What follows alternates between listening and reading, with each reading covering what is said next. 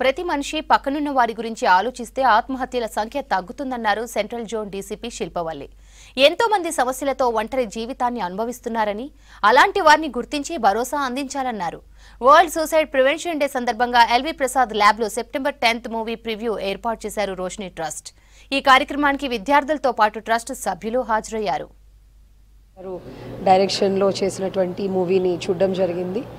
ఎంతో అద్భుతమైన మెసేజ్, క్యాచీగా ఉంది ఫిల్మ్.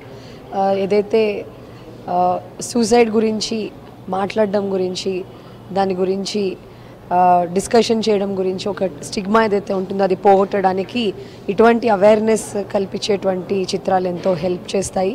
ముఖ్యంగా రీజన్స్ ఫర్ సూసైడ్స్ ఫార్మర్స్లో కానీ, స్టూడెంట్స్లో కానీ, యంగ్స్టర్స్లో కానీ దాని రీజన్స్ ఏంటి, వాటిని ఎట్లా ఎదుర్కొనాలి, వాటిని ఎట్లా అధిగమించాలి, ప్రాబ్లమ్స్ని అధిగమించి లైఫ్లో ఎట్లా సక్సీడ్ అవ్వాలి, and that suicide is not a solution అని చెప్తూ ఈ సినిమాని తీసిన ప్రొడ్యూసర్కి, డైరెక్టర్కి, అట్లనే రోషిని ట్రస్ట్ ఏదైతే ఆర్గనైజ్ చేస్తుందో మన రాష్ట్రంలో ఈ సినిమా స్క్రీనింగ్ గురించి వాళ్ళందరికీ కూడా మా అభినందనలు. Well wisher doctor Ramu garu very renowned journalist, journalism educator and mental health advocate.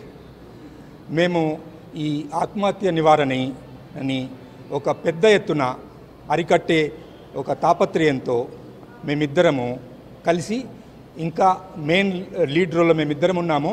మాతో పాటు dedicated highly qualified professionals team of experts, వాళ్ళతో ఒక ఎన్జిఓ ఓపెన్ చేయబోతున్నాము.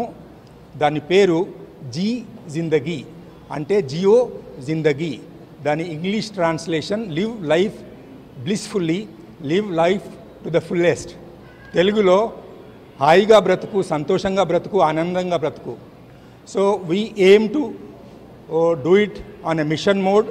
పెద్ద ఎత్తున అతి త్వరలో వీలైనంత తొందరగా ఈ సమాజ సేవ దృక్పథంతో ఆత్మహత్యలు అరికట్టాలనే ఒక తపనతో మేము దీంట్లో జాయిన్ అయ్యాము. కెప్టెన్ జీజారావు గారు ఒక 20 సంవత్సరాలుగా సూసైడ్ ప్రివెన్షన్ మీద ఉన్నారు. సైన్యంలో చాలామందిని కాపాడారు. ఒక 10 ఏళ్ల నుంచి బయటికి వచ్చిన తర్వాత వారి హెల్ప్ లైన్ ఒకటి, వీరి చొరవతోనే 104ని దాంట్లో సూసైడ్ దాన్ని కూడా ఇన్ఫర్మేషన్ కోసం ఉంచారు. అయితే ఇప్పుడు మా కొత్త ఎజెండా ఏమిటంటే, ముఖ్యంగా ప్రపంచవ్యాప్తంగా సంవత్సరానికి 7 లక్షల మంది ఆత్మహత్య చేసుకుంటున్నారని నివేదికలు చెప్తున్నాయి. ఒక విద్యార్థులు మాత్రం 13 నుంచి 15 వేల మంది సంవత్సరానికి వాళ్ళు ఆత్మహత్య చేసుకుంటున్నారని మా సర్వేలో తేలింది. ఆ గణాంకాలు కూడా సూచిస్తున్నాయి. అందుకని ఫస్ట్ మేము విద్యార్థుల ఆత్మహత్యల నివారణకి, 2 ఈ టెక్నాలజీ రంగంలో ఉద్యోగాలు పోవటం వల్ల జరుగుతున్న ఆత్మహత్యలు, వాటి మీద ఫోకస్ చేయటము, తర్వాత డొమెస్టిక్ వైలెన్స్ వల్ల జరుగుతున్న ఆత్మహత్యలు, ప్లస్ రైతులు, వీటన్నిటి మీద ఒక వ్యూహం కోసమని త్వరలో ఒక రౌండ్ టేబుల్ సమావేశం ఒకటి పెడుతున్నాము.